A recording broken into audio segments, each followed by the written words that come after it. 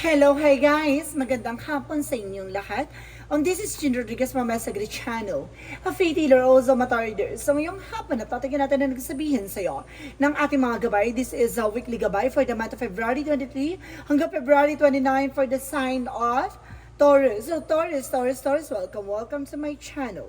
Ano kayong messages, advices, and spirit guides ang ating masasaga for today's video? Kanino kayang energy o kaganapan sa buhay ng mga Taurus ang ating mahagilap? So guys, this reading is a general reading lamang, hindi lahat makaka-resonate. Kunin lamang po ang makaka-relate sa inyo and comment down below kung kanino energy ang ating nasagap. And of course, don't forget to like and subscribe my channel and hit the notification bell for more videos update. Because maraming salamat po sa mga walang sawang pagsuporta sa aking channel, lalo na yung hindi nag-skip ng ads, naway pagpalain kayo na just at may kapal, siksik liglig na gumapaw na biyayang manang balik sa inyo. So guys, kumapit ka na dahil nandito na ang iyong mensahe for the sign of Taurus. Angel Spirit Messages giving information. Ano kayang gusto sabihin sa iyo ng ating mga gabay, Taurus? So there's the full card. So there's a new beginning and a processing. So there's an information na nasa step by step of situation ka na, no? Kumbaga nasa tamang hakbangin na, no? Let's see. Additional messages with the moon card at truth reveal. So may mga bagay dito matutuklasan mo at may mga bagay dito malalaman mo. And of course, parang sinasabi dito, there's a dream coming true. And the Empress card is a revert. So maaaring nga bumalik ang iyong negosyo, hanap buhay, or maaaring nga dumagdag pa yan ng panibago at magkaroon ng more branches. So ibig sabihin maaaring lumago. And the Empress card is a new beginning, no? And there's a Two of Swords, there's a decision. So may mga bagay dito na kailangan mong pagdesisyonan. At the same time, there's a Queen of Swords, a bigger figure of yourself. Kung unti-unti mo na makikita yung mga bagay-bagay or improvement or development ng situation mo. At the same time, there's the High Priestess. So there's a hidden agenda or hidden enemy. So there's a lot of mystery and secret reveal. So may mga bagay dito na unti-unti mo na natutuklasan or unti-unti mo nang nauunawaan kung ano yung mga nangyayari, no? So let's see what is the full card. The full card represent the Five of Wands. So there's an information, mag-ingat ka sa mga taong pinagkakatiwalaan mo. The Five of Wands is a complication. Mag-ingat ka kasi there's a lot of competitors at may mga taong naiinggit behind your back. And of course, there's a Nine of Wands for resilience, no? May mga bagay dito na kailangan tikong bibig, tahimik ka lang, nang sa ganun may sa katuparan mo na maayos. Kasi there's a truth reveal for illusions and there's a mystery behind na maaaring maraming napapalibutan ka ng mga inggitera na kumbaga magkaroon ng self-sabotage or sabotage sa situation, no? Kaya kailangan tahimik ka lang, no? Tikong bibig. And of course, there's an Empress card for everything, Ten of Swords, backstabbing. So, mayroon ditong traitor, no? Meron ditong nagba-backstab sa'yo, no? Mag-ingat ka, there's the Hangman, no? You're feeling stuck, you're feeling you're feeling lutang, no? And at the same time, what is the Queen of Swords represent the justice. Don't you worry kasi karma is coming. So, maaaring makukuha na yung karma na para sa'yo at may mga karma na para sa kanila, no? Kung ganun talaga ang buhay, karma na lang yan. So, there is a Page of Pentacles, an investment. So, maaaring may mga bagay dito na unti-unti mo nang makakamit, no? May mga unti-unti ka na matutupad. Lahat ng mga plano na yan ay maaaring makulayan mo na. Because the full card of the Five of Wands represent the Two of Pentacles. So, keep yourself balanced. So, kailangan mo maging balance sa mga desisyon, plano, pangarap mo, at sa mga pinaggagawa mo. And of course, there's a Ten of Cups for happiness. At the end of that time, magiging masaya ka at may mga bagay na matutuklasan ka na magbibigay sa iyo ng kaligayahan. The Empress card and the Ten of Swords represent the Devil. So see, mag-ingat ka, ang kumukulam sa iyo dito ay babae. No? Babae siya na maiksi ang buhok. At sinasabi sa ito, itong tao na to ay inggitera at itong tao na to ay ambisyosa. And of course, there's an information with the backstab. No? Maaring kakamag-anak, kaibigan, kakilala, kapitbahay, kamag-anak, at maaring kalaguyo mo pa, no? And because there is a two of swords, because the hangman represent the judgment for a wake-up call, no? Kailangan mong gumising sa katotohanan, no? Maaring napapalibutan ka ng toxicities, no? At the same time, there's a hangman na maaring your feelings na hindi ka makali sa situation, no? A judgment for a wake-up call, and the higher front is a lesson learned. Kailangan mo nang matuto. Kailangan mo nang maunawaan ang pinababatid sa iyong mensahe. And the Knight of Swords, sleepless night. So, nahihirapan ka sa pagtulog at nahihirapan ka sa iniisip mo. There's an overthink at the same time paranoid, no? Kumbaga, nag-overthink or marami kang plano either, guys. Marami kang plano na maaaring nagkukos ng anxiety sa'yo, no? Kumbaga, hindi mo alam kung bakit ka ang dami mong iniisip, gato ganyan. Kumbaga, it's all about palipad hangin, no? May palipad hangin and gayuma dito. So, let's see additional messages for the outcome. Ang pinaka-outcome is the Eight of Pentacles. So, collaborations, no? And teamwork, no? At the same time, kumbaga dedicated sa ginagawa. The Queen of Wands is a confidence. So, kailangan mo magkaroon ng confidence. And the Two of Cups is a partnership, no? Meron dito talaga nakikipag-ugnayan, na parang nakikipagtulungan tong tao na taparagawan ka. Na isang maiksi ang buhok at isang mahaba ang buhok. Ganon. So, let's see what is additional messages for Angel Spirit for the messages for career. Sa career naman, there's an information with the Sun card. Maaaring magkakaroon ka ng liwanagan at of course about sa finances mo and career mo. At the same time, there's a Knight of Wands, slow and steady, no? Kumbaga, unti-unti na yung makakabangon, makaka-recover, unti-unti na yung layabong. At the same time, there's an everything is fine. Kumbaga, sa likod ng mga pinagdaanan sa pagdating sa career mo at business mo, ay maaaring magbigay sa iyo ng kasagutan at kaliwanagan at karangyaan, no? Kumbaga, gagaang na at luluwag na yung mga bagay na nararamdaman mo, no? Kumbaga, mabubunutan ka na ng tinik.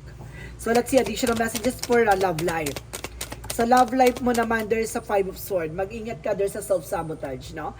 Huwag ka nagbibigay ng informasyon, huwag ka nagpo-post sa social media at the same time, kasi may mga tao sa paligid mo na naiinggit behind your back. And of course, there's a Nine of Pentacles for a blossoming abundance. So, pagdating sa relasyon nyo, maaring masagana kayo.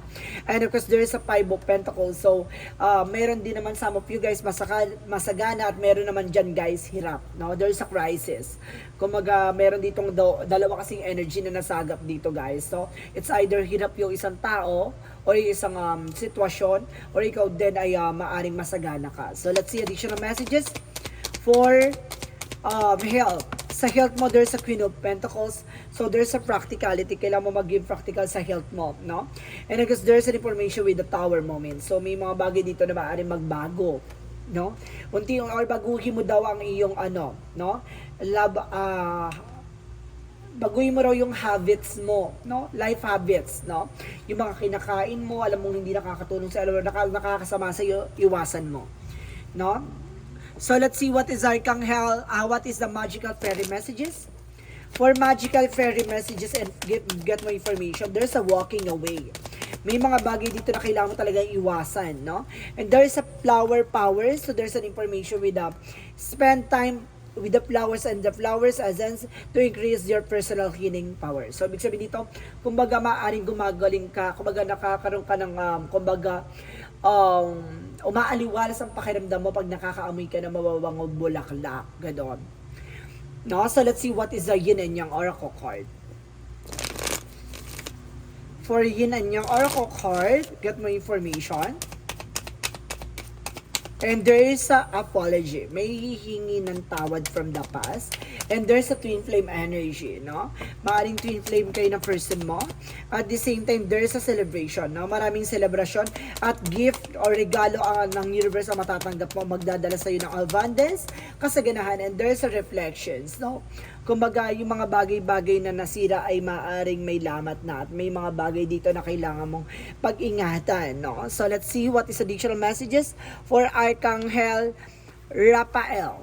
Messages for you.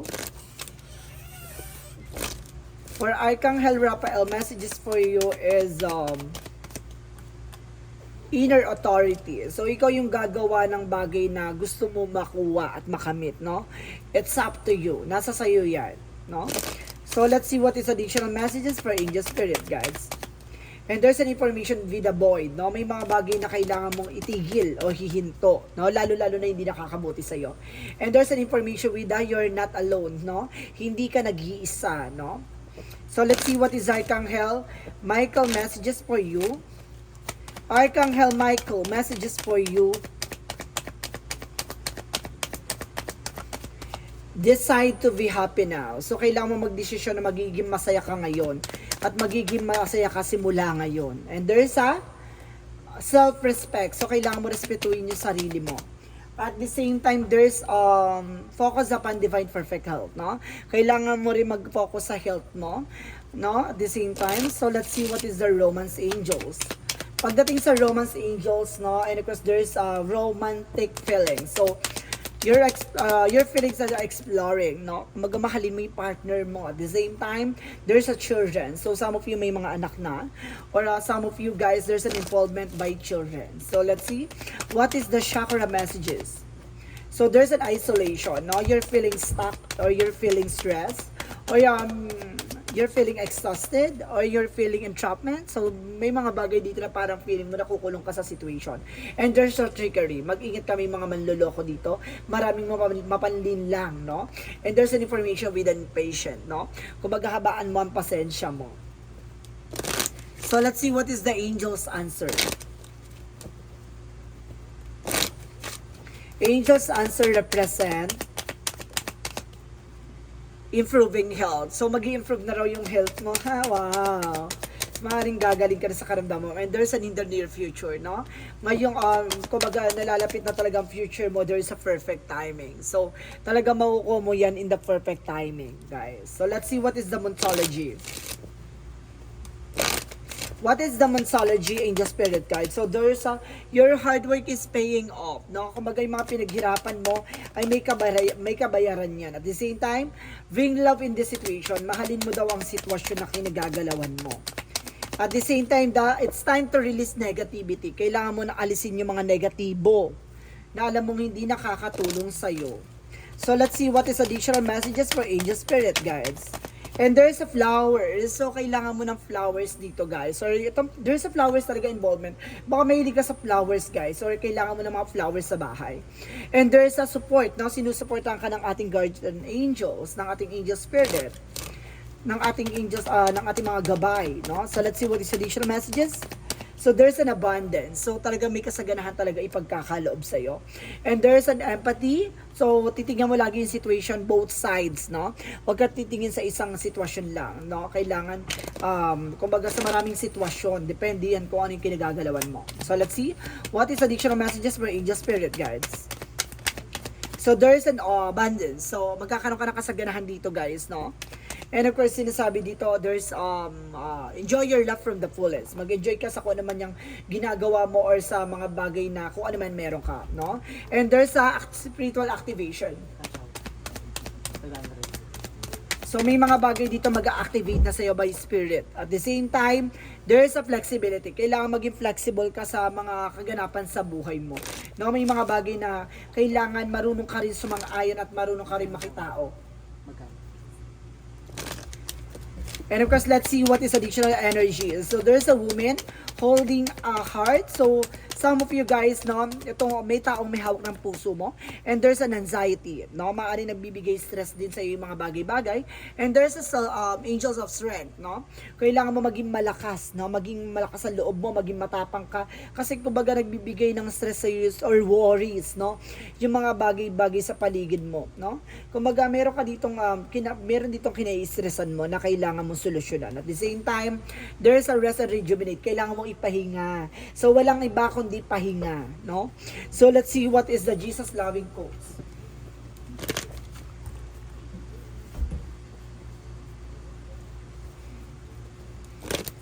Let's see what is the Jesus loving quotes.